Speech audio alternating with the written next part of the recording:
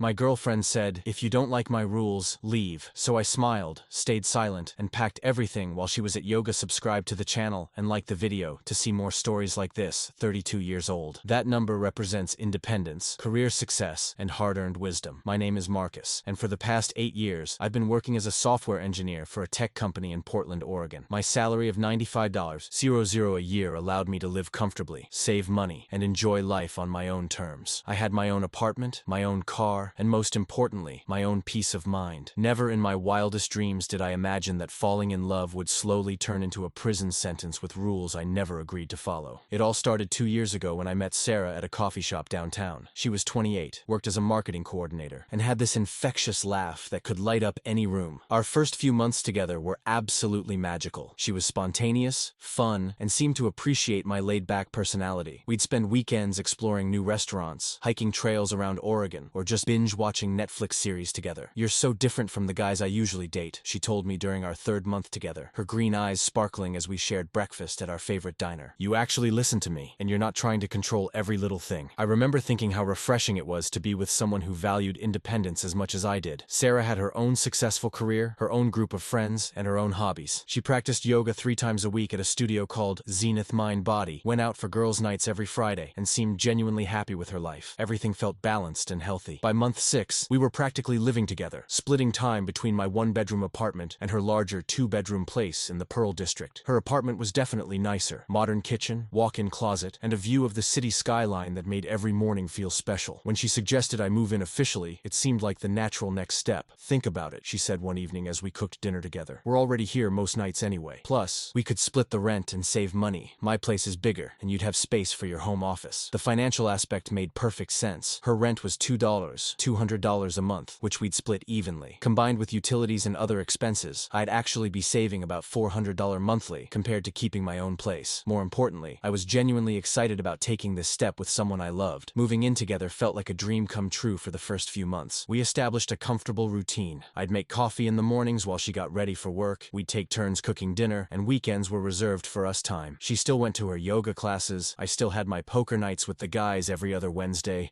and everything felt perfectly balanced. "I love having you here," Sarah would whisper as we fell asleep, her head resting on my chest. "It feels like we're building something real together." I felt the same way. This was the first relationship where I could truly see a future. Maybe marriage, maybe kids, definitely growing old together. Sarah seemed to share that vision, often talking about trips we'd take, goals we'd achieve as a couple, and dreams we'd pursue together. But somewhere around month 10 of living together, subtle changes began to emerge. It started with small comments that seemed innocent enough at first. "Babe, you left your coffee mug on the counter again," she'd mention casually while getting ready for work. "Could you just put it directly in the dishwasher? It only takes 2 seconds." "Of course, sorry about that," I'd respond, genuinely wanting to be a better roommate and partner. The requests became more frequent and specific. She wanted me to make the bed every morning the right way, with hospital corners and perfectly fluffed pillows. She preferred if I used the bathroom downstairs when she was getting ready upstairs because the sound of the shower running affects my meditation time. She asked me to move my poker night to a different day because Wednesdays were when she liked to meal prep in complete silence. Each individual request seemed reasonable, and I loved Sarah enough to accommodate her preferences. I told myself that living together required compromise, and these were small adjustments that showed I cared about her comfort and happiness. "You're such a sweet boyfriend," she'd say whenever I adapted to one of her suggestions. "Most guys would fight me on this stuff, but you actually listen and care about what makes me happy." Her appreciation felt genuine, and I took pride in being the kind of partner who could be flexible and considerate. Besides, she was accommodating in other ways. She always made sure there was beer in the fridge for my friends. She never complained when I watched sports, and she even learned to make my favorite pasta dish for my birthday. However, by month 12, the suggestions had evolved into something that felt more like expectations. Sarah would get visibly frustrated if I forgot to follow one of our agreements, and she started using phrases like, "We talked about this," or "I thought you understood," when addressing my mistakes. "Marcus, we specifically discussed the kitchen cleanup routine," she said one evening after finding a pan soaking in the sink. "Dirty dishes don't get left overnight. They get washed immediately after dinner." "I was planning to wash it after our show ended," I explained, genuinely confused by her tone. "It's only been sitting there for like 20 minutes. "But that's not what we agreed on," she replied, her voice carrying an edge I hadn't heard before. "When we make agreements about how our home runs, I need to know I can count on you to follow through." That word, agreements, stuck with me because I didn't remember agreeing to wash dishes immediately after every meal. I remembered her mentioning that she preferred clean kitchens, and I'd been happy to be more diligent about cleaning up. But somehow, my willingness to accommodate her preferences had transformed into binding household contracts I didn't recall signing. The most confusing part was that Sarah still seemed loving and affectionate most of the time. She'd cuddle with me on the couch, plan romantic date nights, and talk excitedly about our future together. The intensity she showed about household rules felt like it came from a different person entirely. "I just want us to build good habits together," she'd explain during calmer moments. "These little things matter for long-term relationship success. I've seen too many couples break up over stupid stuff like chores and cleanliness." Her reasoning made sense in theory, and I wanted our relationship to succeed just as much as she did. But I was starting to feel like I was walking on eggshells, constantly worried about which invisible rule I might accidentally break next. The breaking point of this first phase came on a Saturday morning when I woke up early and decided to surprise Sarah with breakfast in bed. I quietly made her favorite, French toast with fresh berries and maple syrup, and brought it upstairs with coffee prepared exactly how she liked it. Instead of the grateful smile I expected, Sarah sat up in bed with a concerned expression. "Babe, this is really sweet, but you used the good plates," she said, pointing to the ceramic dish I'd chosen. "Weekend breakfast in bed is paper plates only. We talked about keeping the good dishes for actual meals and special occasions." I stood there holding the tray, completely bewildered. We had never discussed paper plates for breakfast in bed. In fact, I was pretty sure this was the first time I'd ever brought her breakfast in bed. "I'm sorry, I didn't realize that was a rule," I said carefully. "Should I go get a paper plate?" "It's not about the plate anymore," Sarah replied with a sigh. "It's about paying attention when we discuss how we want our home to function. I shouldn't have to repeat myself about things we've already established." As I transferred the French toast to a paper plate, a small voice in the back of my mind started asking questions I didn't want to answer. When exactly had we established this rule about paper plates? How many other established agreements existed that I'd somehow missed or forgotten? But I pushed those doubts aside because I loved Sarah, and I wanted to be the kind of partner who paid attention to details that mattered to her. I told myself that I just needed to be more mindful, more present, and more committed to the household systems we were building together. Looking back now, I realized that Saturday morning was when I first felt like a guest in my own home. A guest who kept breaking rules that everyone else seemed to know by heart. The months following the breakfast in bed incident marked the beginning of what I now call Sarah's rule expansion period. What started as simple household preferences gradually evolved into a comprehensive system of regulations that seemed to govern every aspect of our shared life. "I've been thinking about our morning routine," Sarah announced one Tuesday evening as we sat on the couch. She had a notebook in her hand, which should have been my first red flag. "I think we need more structure to make our mornings run smoother." She opened the notebook to reveal a detailed schedule written in her neat handwriting. Wake up time, 6:30 a.m. sharp. Sarah gets bathroom first from 6:35 7:15. Marcus uses bathroom 7:15 7:35. Kitchen time is split with Sarah making her smoothie while Marcus makes coffee. No talking before 7 a.m. because morning meditation time is sacred. "This looks pretty comprehensive," I said, trying to keep my voice neutral while studying what essentially amounted to a military schedule for getting ready for work. "I know it seems like a lot, but trust me, once we get into the rhythm, it'll eliminate all that awkward morning bumping into each other stuff," Sarah explained enthusiastically. "Plus, I've read articles about how successful couples maintain household systems. Structure creates harmony." The morning schedule was just the beginning. Over the next few weeks, Sarah introduced new systems for almost everything. There was a specific way to load the dishwasher. Plates in the back, bowls in the front, all handles pointing the same direction. Laundry had to be sorted into 4 categories instead of the usual 3, and my clothes couldn't be washed with hers because different skin sensitivities required different detergents. "Babe, you put the toilet paper on the holder the wrong way again," she called from the bathroom one Saturday morning. "Remember, the paper comes over the top, not underneath. We've talked about this." I genuinely couldn't remember having a conversation about toilet paper orientation, but I was starting to realize that pointing out these memory gaps only led to Sarah explaining how I must not have been listening when she mentioned it. The social restrictions started subtly. Sarah began expressing concerns about my poker night with the guys. "I'm not saying you can't go," she clarified one Wednesday as I was getting ready to leave, "but every other week seems excessive. Maybe once a month would be more reasonable? We barely spend quality time together as it is." This puzzled me because we spent almost every evening together, plus entire weekends. But Sarah had a way of making her requests sound so reasonable that disagreeing felt selfish. "Plus, Danny and Mike are kind of negative influences," she continued, referring to 2 of my closest friends. "They're both single and always complaining about relationships. I don't think it's healthy for you to be around that energy so often." I reduced poker night to once a month, telling myself it was a reasonable compromise. My friends noticed the change immediately. "Dude, what's going on?" Danny asked during our next game. "You've been weird lately. Everything okay at home?" "Everything's great," I insisted, even though I'd spent the entire drive over worrying about whether I'd followed all of Sarah's evening preparation instructions. She'd asked me to start the dishwasher, set out her yoga clothes for the next morning, and make sure all the curtains were closed before leaving. "Sarah seems cool, but you've been different since you moved in with her," Mike observed. unnerved, more stressed out, I guess. I defended Sarah immediately, explaining how she was just organized and liked things done a certain way. It's actually really helpful, I heard myself saying. I'm learning to be more structured and responsible. But privately, I was beginning to feel exhausted by the constant mental checklist of rules and expectations. Every day brought new opportunities to fail at being the kind of partner Sarah needed me to be. The rules expanded beyond household management into personal habits and social interactions. Sarah started expressing opinions about my clothing choices. "That shirt makes you look sloppy," she'd say as I got dressed for work. "The blue one would be much more professional. Remember, your appearance reflects on both of us." She had thoughts about my conversation topics when we were out with her friends. "When you told that story about your college roommate last night, it made you sound immature," she explained during our drive home from dinner. "My friends are in serious professional careers. They don't need to hear about frat boy antics." She even had preferences about how I interacted with service workers. "You're too chatty with waitresses," she mentioned after a particularly enjoyable dinner out. "It comes across as flirtatious, and it makes me uncomfortable. A simple thank you is sufficient." Each correction came with a reasonable explanation that made it difficult to argue. Sarah wasn't being mean or abusive. She was just helping me become a better version of myself. At least, that's how she framed it, and that's how I tried to see it. The most insidious part was how Sarah had begun documenting my improvements in ways that made me feel like a project rather than a partner. "You've gotten so much better at remembering to put your keys in the designated spot," she'd praise me. "And you haven't left coffee rings on the table in over 2 weeks. I'm really proud of how you're growing." Her praise felt good in the moment, but it also reinforced the idea that my natural way of existing in the world was somehow inadequate and needed constant modification. The breaking point of this phase came during a visit from my parents. They'd driven up from Sacramento to spend the weekend with us, and I was excited to show them our life together. Sarah had seemed excited too, spending days preparing the apartment and planning activities. Everything went smoothly until Sunday morning breakfast. My dad, being his usual helpful self, offered to cook his famous pancakes for everyone. "That's so sweet, Mr. Peterson," Sarah said with a smile that didn't quite reach her eyes. "But we have a very specific kitchen system that keeps everything organized. Maybe I could cook, and you could just relax." My parents exchanged a subtle glance that I pretended not to notice. My dad graciously stepped aside, but I could see he was confused by being essentially banned from helping in the kitchen. Later, when my mom offered to help clean up after breakfast, Sarah politely declined again. "I really appreciate the offer, Mrs. Peterson, but Marcus and I have our cleanup routine down to a science. It's faster if we just stick to our system." After my parents left, I felt compelled to address what had happened. "I think my parents felt a little shut out this weekend," I said carefully. "They're used to helping out and being more involved when they visit." Sarah's response caught me completely off guard. "Your parents don't respect boundaries," she said matter-of-factly. "They assume they can just take over someone else's space without asking. That's exactly the kind of behavior that creates relationship problems." "They were just trying to be helpful," I protested. "That's how they show love, and I'm trying to maintain the home we've built together," Sarah replied, her voice rising slightly. "I shouldn't have to sacrifice our household systems just because your parents expect to be entertained." That night, as Sarah did her evening yoga routine in the living room, another activity that required complete silence from me, I found myself wondering when helping my girlfriend maintain our home had turned into me defending her rules to my own family. I started paying closer attention to how other couples interacted when we went out with friends. I noticed that Sarah's friend Jenny could disagree with her boyfriend Tom about restaurant choices without it becoming a discussion about communication patterns. I watched Mike's girlfriend Lisa playfully mock his terrible parallel parking without anyone needing to address supportive partnership dynamics. Meanwhile, Sarah had recently introduced the concept of feedback sessions, where we'd sit down weekly to discuss areas for improvement in our relationship. "I think it would be helpful if you worked on being more mindful about noise levels in the morning," she said during our last session. "You tend to be heavy-footed, and it disrupts my meditation space even when you're trying to be quiet." "I could try wearing slippers," I suggested. "That would be perfect," Sarah agreed, making a note in her relationship notebook. "Also, I've noticed you've been checking your phone during our dinner conversations more often. It would mean a lot to me if you could leave it in the other room during meals." I realized I'd been checking my phone more frequently, but it wasn't because I was bored with Sarah's company. It was because dinner conversations had become increasingly one-sided, with Sarah doing most of the talking about her work projects, her yoga progress, or her thoughts on various self-improvement topics. My attempts to share stories about my own day were often met with advice about how I could handle situations more effectively, or suggestions for how I might reframe my perspective on workplace challenges. The most troubling development was that I'd started anticipating Sarah's reactions to almost everything I did. Before speaking, I'd mentally review whether my comment might violate one of her communication preferences. Before moving around the apartment, I'd consider whether my actions might interfere with one of her routines. Before making any plans, I'd check whether they conflicted with any of our established systems. Living with Sarah had become like playing a video game where the rules kept changing, and I was never quite sure what would trigger the next level of difficulty. But the moment that really opened my eyes, happened on a Thursday evening when my coworker Jake called with a work emergency. Our biggest client had discovered a critical bug in the software we delivered, and Jake needed help troubleshooting the problem immediately. "I know it's late, but this could cost us the contract if we don't fix it tonight," Jake explained. "Can you hop on a call with me and the client? It might take a couple hours." I explained the situation to Sarah, expecting her to understand that work emergencies sometimes require flexibility. "You can't take the call here," she said firmly. "Tonight is my deep meditation practice, and I need complete silence in the apartment. Could you maybe do your meditation in the bedroom?" I asked. "I'll take the call in the kitchen, and I'll keep my voice as low as possible." "Marcus, my meditation routine requires the living room space and absolute quiet," Sarah replied, her tone suggesting this should be obvious. "Your work emergency doesn't override the systems we've established for our home." I stared at her in disbelief. We were talking about potentially losing a major client, which would directly impact my job security and our financial stability, but Sarah was more concerned about protecting her meditation schedule. "This is my career we're talking about," I said, trying to keep my voice calm. "I can't just tell my boss that I can't help with an emergency because my girlfriend needs to meditate. If your job requires you to work from home at all hours, then maybe you need to have a conversation with your boss about better work-life boundaries," Sarah replied. "I shouldn't have to sacrifice my well-being just because your company has poor planning." I ended up driving to a 24-hour diner to take the 3-hour troubleshooting call, sitting in a booth with my laptop while other customers stared at me talking through technical problems with a client. We managed to fix the issue, but I spent the entire drive home wondering when my girlfriend's meditation schedule had become more important than my professional responsibilities. When I got back to the apartment at nearly midnight, Sarah was already asleep. There was a note on the kitchen counter written in her careful handwriting. "Thank you for respecting my practice time. I know it meant a lot to you to support your team, and I'm proud of you for finding a solution that worked for everyone. Love you." As I read that note, I realized Sarah genuinely believed she'd been reasonable and supportive. In her mind, she'd helped me find a solution that worked for everyone, rather than forcing me to leave my own home to do my job. That night, lying in bed next to her, I started asking myself questions I'd been avoiding for months. When had accommodating Sarah's preferences stopped being about love and started being about survival? When had making her happy become more important than my own comfort and peace of mind? But I pushed those thoughts away, telling myself that all relationships require compromise and adjustment. Sarah wasn't trying to control me. She was just a person who needed structure and predictability to feel secure. I could learn to work within her systems because that's what people do when they love each other. However, deep down, a part of me was starting to wonder what would happen if I ever said no to one of Sarah's rules. What would happen if I chose my own comfort over her system? What would happen if I stopped trying to be the boyfriend she was trying to create and just remained the person I'd always been? I was about to find out. The revelation that changed everything happened completely by accident on a rainy Tuesday afternoon in March. Sarah had left for her yoga class at Zenith Mindbody, and I was working from home when I realized I needed to print some documents for a client meeting the next day. Our printer was located in Sarah's home office, a space I rarely entered because she designated it as her personal sanctuary. "Just grab what you need and don't move anything around," she'd told me months earlier when giving me permission to occasionally use the printer. "I have everything organized exactly how I need it." As I waited for my documents to print, I noticed Sarah's laptop was still open on her desk, displaying what looked like a chat conversation. I wasn't trying to snoop, but my own name caught my eye in the message thread. My heart started racing as I read the conversation between Sarah and someone named Jessica. "Sarah, the boyfriend training is going so well. He barely questions anything anymore." Jessica, "OMG, you're terrible. What's the latest rule you've implemented?" Sarah, "I got him to stop talking to me before 7 a.m. by calling it sacred meditation time. Now I get complete silence every morning while I check emails and plan my day." Jessica, "Wait, you don't actually meditate in the mornings?" Sarah, "Hell no. I just drink coffee and scroll Instagram like everyone else. But he totally buys the spiritual morning routine thing." Jessica, "You're evil. I love it. What else?" Sarah, "I've basically eliminated his poker nights by convincing him his friends are negative influences. Now he only sees them once a month and he always feels guilty about it." Jessica, "Poor Marcus. Although honestly, he kind of deserves it for being so passive." Sarah, "Right? Like, if a man is dumb enough to let a woman control his entire life, that's natural selection at work. I'm just seeing how far I can push it before he grows a spine." Jessica, "What's your end goal here? Are you planning to marry this guy?" Sarah, "God, no. Marcus is my practice boyfriend. I'm figuring out all the control tactics that work so I'll be ready when I meet someone actually worth marrying." Jessica, "That's actually genius. You're like relationship boot camp for yourself." Sarah, "Exactly. Plus, he pays half my rent and does whatever I want. It's perfect until I find someone better." Jessica, "How long do you think you can keep this up?" Sarah, "Until I get bored or until he finally stands up for himself. Honestly, I'm getting annoyed by how pathetic he's become. Like, I miss having a boyfriend with actual opinions." Jessica, "Maybe you broke him too well?" Sarah, "Maybe. But it's been a great learning experience. I know exactly which buttons to push to make a man compliant now." I stood there staring at the screen, feeling like I'd been punched in the stomach. Everything I'd attributed to Sarah's need for structure and organization was actually actually a deliberate psychological experiment. She'd been systematically breaking down my independence and self-confidence for her own entertainment. The sacred meditation time that had made me feel guilty for making normal morning noises was just an excuse for her to scroll social media in peace. The concerns about my friends being negative influences weren't based on genuine worry about my well-being. She just wanted to isolate me from people who might point out how much I'd changed. I scrolled up in the conversation and found months of similar exchanges. Sarah bragging about getting me to follow increasingly ridiculous rules.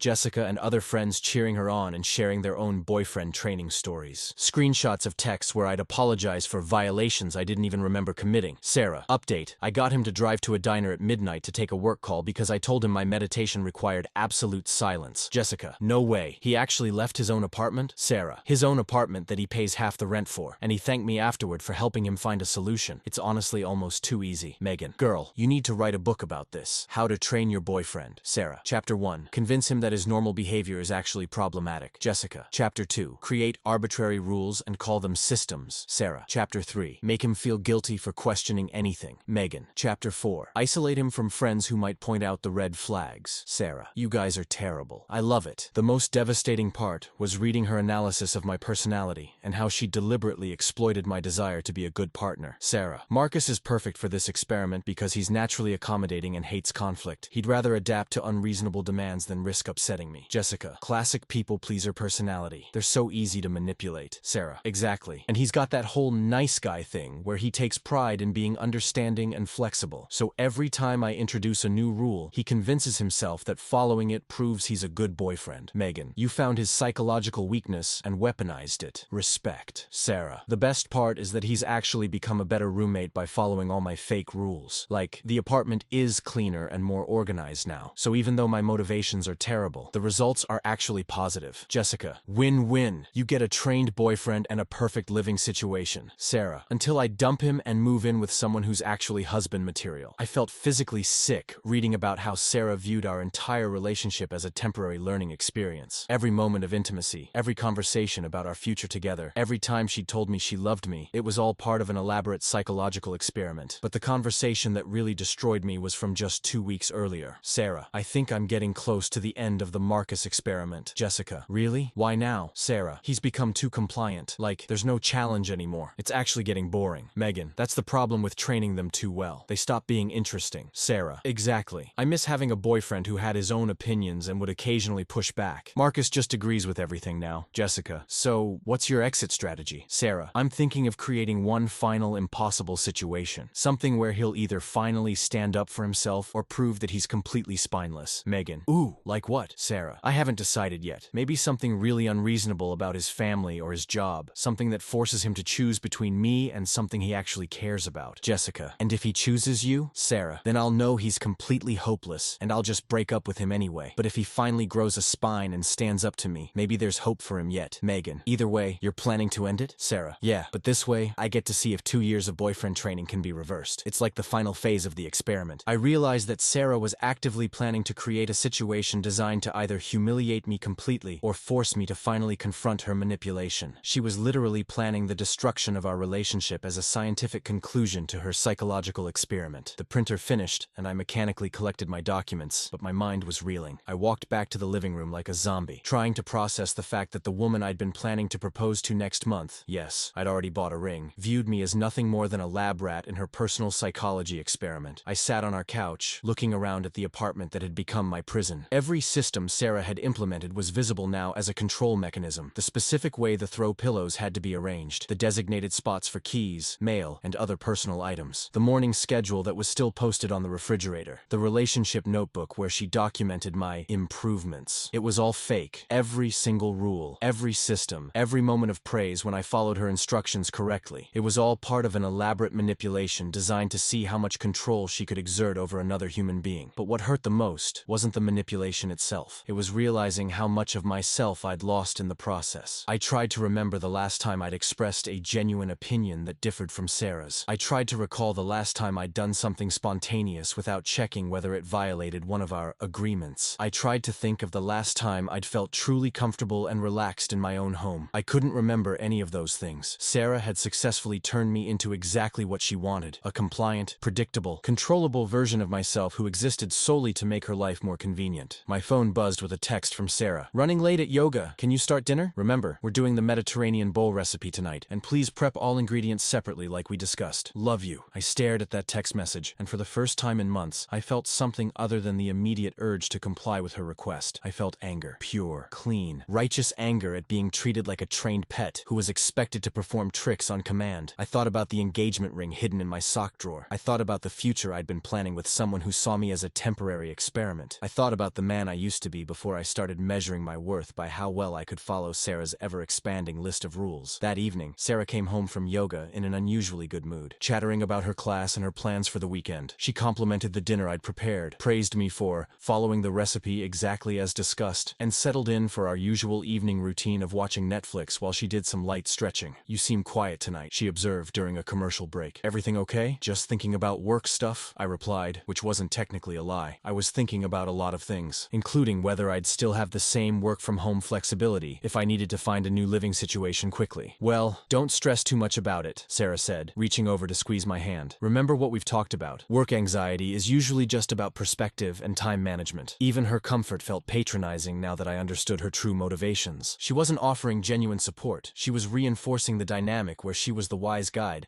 helping me navigate my supposedly defective thought patterns. That night, as Sarah went through her elaborate bedtime routine, another series of rules I'd learned to work around, I lay in bed planning my next move. I could confront her directly about the conversation I'd seen, but that would just lead to her defending her actions and probably escalating the manipulation. I could try to gradually reclaim my independence, but she'd already proven she was skilled at shutting down any resistance. Or I could do something that Sarah clearly wasn't expecting, based on her confident predictions about my behavior. I could make a choice that would demonstrate definitively that her psychological experiment had failed. I spent hours that night thinking about the logistics of what I was considering. Where would I go? How quickly could I execute my plan? What would I take with me? And what was I willing to leave behind? By morning, I had my answer. Sarah wanted to see if 2 years of conditioning could be reversed. She wanted to discover whether I was completely spineless or if I could still surprise her. She was about to find out that she'd seriously underestimated the person she thought she'd successfully trained. The opportunity I'd been waiting for came exactly 1 week after discovering Sarah's chat conversations. She announced during our Wednesday evening feedback session that she'd be attending a special weekend yoga retreat that would keep her away from Friday evening until Sunday afternoon. It's a complete digital detox experience, she explained, making notes in her relationship notebook. No phones, no laptops, just pure mindfulness and spiritual growth. I think it'll be really good for resetting my energy. That sounds amazing, I replied, and for the first time in months, I genuinely meant it. You should definitely go. Sarah looked pleased by my supportive response. I'm so glad you understand how important this is for my personal development. Some boyfriends would be clingy about their girlfriend going away for a weekend. I trust you completely, I said, which was technically true. I trusted her to be exactly the manipulative person I now knew her to be. I've left some meal prep instructions on the counter for while I'm gone, Sarah continued. And remember, Mrs. Chen from upstairs might stop by to water her plants on the balcony. I gave her my spare key months ago. That detail was important information I hadn't known before. I made a mental note to retrieve that spare key before executing my plan. The next morning, Thursday, I called in sick to work and spent the day making preparations. First, I contacted a moving company and scheduled them for Saturday morning, paying extra for weekend service and same-day completion. Then I drove to a storage facility across town and rented a unit large enough for all my belongings. The hardest part was calling my friend Danny to ask for a favor without explaining the full situation. I need to move out of Sarah's place this weekend, and I need somewhere to stay for a week or two while I find a new apartment, I told him over the phone. Dude, what happened? Danny asked immediately. You guys seemed fine last time we talked. It's complicated, but the relationship is over. I just need to get out of there cleanly without a big dramatic scene. Of course, man, you can crash in my spare room as long as you need, but are you okay? You sound different. Danny was right. I did sound different. For the first time in months, I sounded like myself. I will be okay. Actually, I think I'm going to be better than okay. Friday evening, I helped Sarah pack for her retreat, playing the role of supportive boyfriend one last time. She gave me detailed instructions about maintaining the apartment while she was gone, reminding me about the morning routine, the evening cleanup schedule, and the importance of keeping everything exactly as she'd left it. I know you'll take good care of our home while I'm gone, she said, kissing me goodbye at the door. This retreat is going to be so good for us. I'll come back centered and ready to take our relationship to the next level. I watched her drive away, knowing she had no idea she was looking at me for the last time. Have a great weekend, I called out, and I meant it. She was about to have a very memorable weekend indeed. Saturday morning at 8 a.m. sharp, the moving truck arrived. I'd spent Friday night carefully going through the apartment and identifying everything that belonged to me. It was shocking to realize how little of the space actually reflected my personality or preferences. Most of my belongings had been gradually relocated to designated areas that kept them out of sight and out of Sarah's way. The movers were incredibly efficient. Within 3 hours, they'd packed and loaded my entire life. My computer setup, my clothes, my books, my kitchen items, my furniture from before I'd moved in with Sarah, and everything else that was genuinely mine. I left behind the shared items we'd purchased together, the gifts Sarah had given me, and anything that felt contaminated by the manipulation I'd endured. But I did take 3 things that were technically ours together. The coffee maker we'd bought jointly, because I'd paid for 2/3 of it. The Netflix account, because it was registered under my email and credit card. And the Wi-Fi router, because the service contract was in my name. The most satisfying moment was dismantling Sarah's elaborate organizational systems. I took down the morning schedule from the refrigerator, packed up the designated spots for keys and mail, and removed all the labels she'd created for various household items. By the time the movers finished, the apartment looked like a generic rental property, rather than Sarah's carefully controlled domestic kingdom. I left an envelope on the kitchen counter containing my half of the next month's rent, the spare key Mrs. Chen had been using, and a single sheet of paper with a message I'd spent considerable time crafting. Sarah, by the time you read this, I will have moved out completely. This relationship is over, effective immediately. I know about the conversations with Jessica and the others. I know this has all been an experiment to you. I know you've been training me like a pet and planning to discard me when you got bored. I'm not angry about the manipulation itself. That just tells me who you really are as a person. What I'm angry about is how much of myself I lost while trying to be the boyfriend you were creating. But here's what you got wrong in your little psychology experiment. You assumed that accommodation equals weakness, and that kindness means someone can be controlled indefinitely. You mistook my love for you as evidence that I was spineless. You wanted to see if I would ever stand up for myself. Congratulations, you got your answer. I'm not interested in discussing this or working things out. I'm not interested in your explanations or apologies. I'm definitely not interested in helping you understand where you went wrong. The lease is in your name, so the apartment is entirely your responsibility now. The utilities that were in my name have been transferred or canceled. You'll need to set up new accounts. Don't contact me. Don't show up at my work. Don't try to get messages to me through mutual friends. Consider this your final data point. When you push a good person too far, they don't just push back, they disappear completely. I hope your retreat was enlightening. I hope you learned something valuable about yourself. I know I did. Marcus P.S. I took the coffee maker. The Netflix password has been changed and the Wi-Fi is being disconnected Monday morning. Figure out your own morning routine. After leaving the note, I did one final walkthrough of the apartment. Every room looked completely different without my belongings. The home office was just Sarah's workspace now. The bedroom looked sparse without my dresser and nightstand. The living room felt cold without my bookshelves and the comfortable reading chair I'd brought from my previous apartment. But the most dramatic change was in the kitchen. Without my appliances, cookware, and the small touches that had made it feel like our shared space, it looked like exactly what it had always been. Sarah's kitchen that she'd temporarily allowed me to use according to her rules. I took photos of each room, not out of sentimentality, but because I wanted to document what it looked like when someone completely removed themselves from a space they'd been systematically erased from anyway. The last thing I did was sit on the bare kitchen counter, something that had been explicitly forbidden under Sarah's rules, and record a voice memo to myself. It's Saturday, March 18th, 2:30 p.m. I just finished moving out of Sarah's apartment. For the first time in almost 2 years, I made a major life decision without considering how it would affect someone else's schedule or preferences or systems. It feels fucking incredible. I paused the recording, realizing that was also the first time I'd used profanity in months. Sarah had convinced me that casual swearing was low class and reflected poorly on both of us. I don't know what happens next, I continued into my phone, but I know that whatever I do, I'm going to do it as myself, not as the trained version of myself that someone else created for their convenience. I locked the apartment door for the final time and slipped the key through the mail slot. Then I drove to Danny's place, stopping only to grab lunch from a drive-thru, something else that had been discouraged under Sarah's mindful eating guidelines. Danny was waiting for me when I arrived, and the relief on his face was obvious. "Holy shit, dude," he said, giving me a bear hug. "You look like yourself again." "What do you mean?" I asked, though I thought I knew. "You're standing up straight. You're making eye contact. You seem, I don't know, present? You've been like a ghost of yourself for the past year. Was it really that obvious? To everyone except you, apparently," Danny said gently. "We were all worried, but you seemed happy enough. We figured maybe you were just growing up or something." That evening, Danny and I sat on his couch drinking beer and watching basketball. Two simple pleasures I'd almost forgotten I enjoyed. My phone had been buzzing occasionally with texts from Sarah, but I'd turned off the notifications and hadn't looked at any of them. "Do you want to know what she's saying?" Danny asked, nodding toward my phone. "Not really," I replied, and realized I genuinely meant it. "Whatever she's saying, it's just more manipulation manipulation. She's probably cycling through different tactics to try to get me to respond. What if she shows up here? Then you tell her I'm not interested in talking, and if she doesn't leave, we call the police. Danny nodded approvingly. Good. You're setting boundaries. The old Marcus would have felt guilty about being so direct. He was right. The old Marcus, the real Marcus, not the trained version Sarah had created, would have felt obligated to at least hear her out. He would have convinced himself that refusing to engage was somehow cruel or immature. But this Marcus, the one who was finally emerging from 2 years of psychological conditioning, understood that some people forfeit their right to explanations when they treat relationships like science experiments. As we watched the game,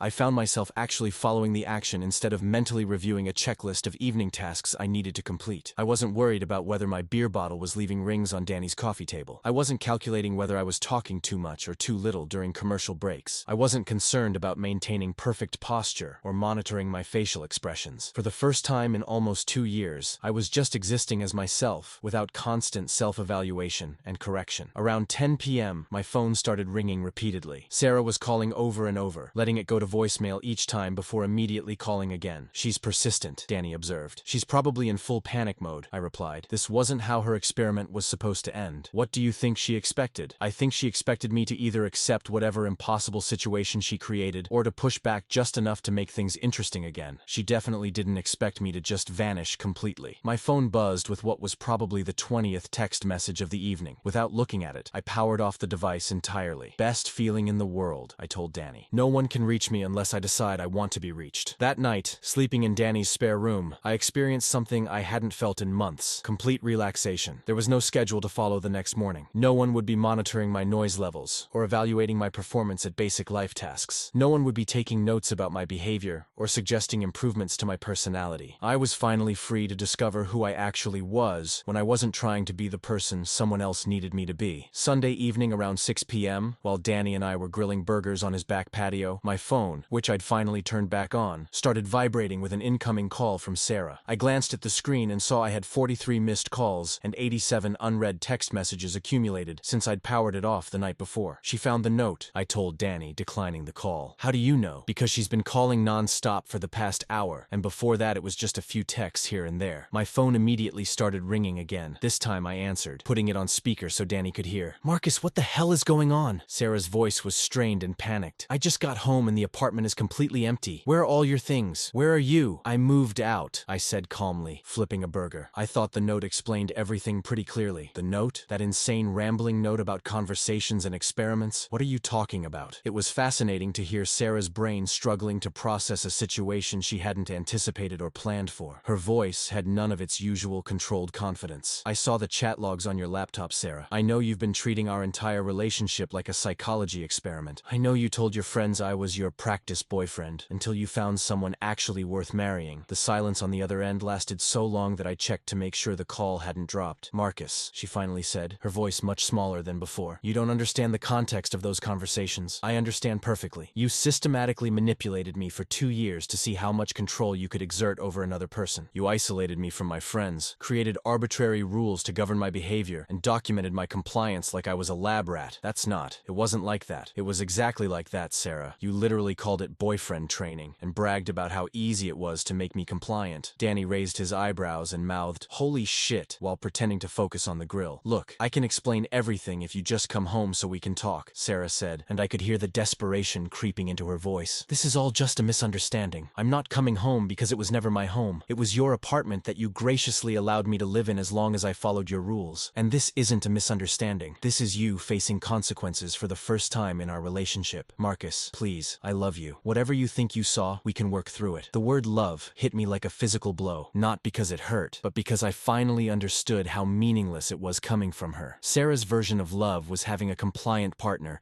who made her life more convenient while she prepared for her real relationship with someone else. You love the version of me that you created, I replied. You love having a trained boyfriend who pays half your rent and follows all your rules without questioning them. You don't love me. You don't even know who I actually am. That's not true. When's the last time you asked me about my dreams, Sarah? My fears? My hopes for the future? When's the last time we had a conversation about something I cared about that didn't end with you giving me advice about how to think about it differently? Another long silence. You can't just disappear like this, she said finally. We live together. We have shared responsibilities. You can't just abandon everything because you misinterpreted some private conversations with my friends. I can, and I did. The lease is in your name. The utilities I was responsible for have been transferred to you or canceled. I left you money for next month's rent. I've handled my responsibilities. What about us? What about everything we built together? You mean what about everything you built while systematically dismantling who I actually was? What about the future you were planning with me while telling your friends I was just practice for your real relationship? I could hear Sarah crying now, but it didn't move me the way it would have even a week earlier. I'd heard her cry before when she wanted something from me, and I'd learned to recognize the difference between genuine emotion and strategic vulnerability. Marcus, I never meant for you to see those messages. They were just girl talk. You know how friends exaggerate things when they're venting. So, you're saying you weren't actually manipulating me? The morning schedule, the kitchen rules, the restrictions on my friendships. None of that was deliberate psychological conditioning.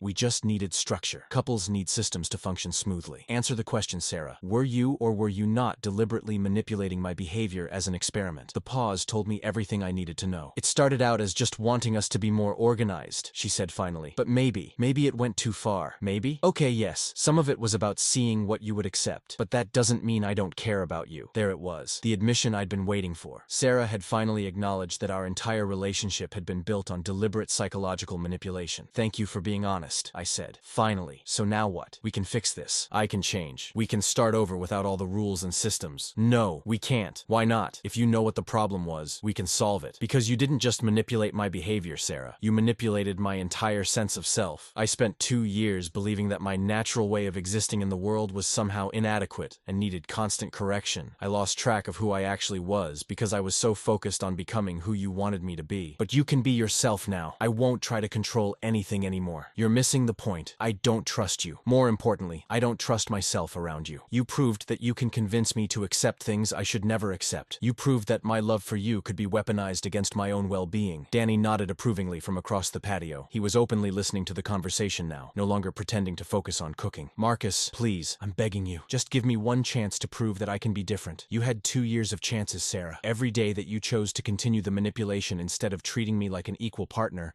was a chance you decided not to take. I didn't know it was hurting you because you never asked. In 2 years, you never once asked me how I felt about the systems you were implementing. You never checked whether I was actually happy or just compliant. You never considered that there might be a difference. My phone buzzed with an incoming call from an unknown number. Are you getting other calls? I asked. I'm calling from my friend Megan's phone because you weren't answering mine. So Sarah was already employing manipulation tactics, using different numbers to get around my screening. It was like she couldn't help herself. Sarah, listen to me very carefully. Do not call me from other people's phones. Do not show up at my work. Do not contact my friends or family. Do not try to find where I'm staying. This relationship is over, and I need you to respect that boundary. You can't just cut me out of your life completely. We were together for 2 years. Watch me. This is insane, Marcus. You're throwing away everything we built together because of some stupid conversations that didn't even mean anything. I'm not throwing anything away. You destroyed this relationship the moment you decided to treat me like a test subject instead of a partner. I'm just finally acknowledging that reality. Fine. Sarah's voice suddenly shifted from pleading to angry. Fine. You want to run away like a child instead of working through problems like an adult? Go ahead. But don't expect to just waltz back into my life when you realize what a huge mistake you're making. There was the real Sarah, the one who emerged when she couldn't control the situation. The mask of vulnerability had slipped, revealing the entitled, manipulative person underneath. I won't be waltzing back into anything, I replied calmly. Goodbye, Sarah. I hung up and immediately blocked her number. Holy shit, dude, Danny said, setting down his beer. That was incredible. You just completely shut down every manipulation tactic she tried. Did I? I couldn't tell if I was being too harsh. Too harsh? Marcus, she admitted to psychologically manipulating you for 2 years as an experiment, and then tried to convince you it was no big deal. You were remarkably calm considering the circumstances. Danny was right. 6 months ago, I would have been apologizing to Sarah for misunderstanding her intentions and asking what I could do to fix the situation. The fact that I'd maintained clear boundaries and refused to engage with her manipulation tactics proved that I was already recovering the sense of self she'd tried to erase. Over the next few hours, my phone buzzed with calls from 3 more unknown numbers. I declined them all and eventually turned off the device again. Sarah was clearly working her way through her contacts, trying to find a number I wouldn't recognize. She's persistent, Danny observed. She's desperate. Her entire experiment just failed spectacularly, and she can't control the narrative or the outcome. What do you think she'll do next? Honestly, I think she'll cycle through the classic manipulation playbook. She's already tried denying it happened, minimizing the impact, promising to change, and getting angry when none of that worked. Next, she'll probably try guilt, then maybe attempts to make me jealous, then possibly threats. Danny looked concerned. Threats? Not physical threats. Sarah's too smart for that. But maybe threatening to tell people at work that I'm unstable, or contacting my family with some story about how I abandoned abandoned her without explanation. She'll try to create consequences for my choice that force me to engage with her. And if she does, then I'll deal with it. But I won't negotiate with emotional terrorism. That night, I lay in Danny's spare bed feeling something I hadn't experienced in almost 2 years. Complete peace. There was no one monitoring my sleep schedule or my bedtime routine. No one would be evaluating my performance at basic life tasks the next morning. No one was documenting my behavior or planning improvements to my personality. But the most profound difference was internal. I wasn't running through mental checklists of rules I needed to follow. I wasn't anticipating potential violations of systems I'd never agreed to. I wasn't calculating how my actions might affect someone else's elaborate organizational schemes. For the first time since moving in with Sarah, I fell asleep without anxiety about whether I was being the right kind of person in the right kind of way. Around 3 a.m., I woke up to the sound of my phone vibrating on the nightstand. Even though it was turned off, I could see the screen lighting up with an incoming call. Somehow, Sarah had found another number to try. Instead of feeling guilty or concerned about her desperation, I felt something unexpected: pity. Sarah was so accustomed to being able to manipulate situations to her advantage that she literally couldn't accept a scenario where someone simply opted out of her games entirely. I removed the battery from my phone and went back to sleep, genuinely curious about what tomorrow would bring, now that I was finally free to find out who I actually was when I wasn't trying to be someone else. 3 months later, I was sitting in my new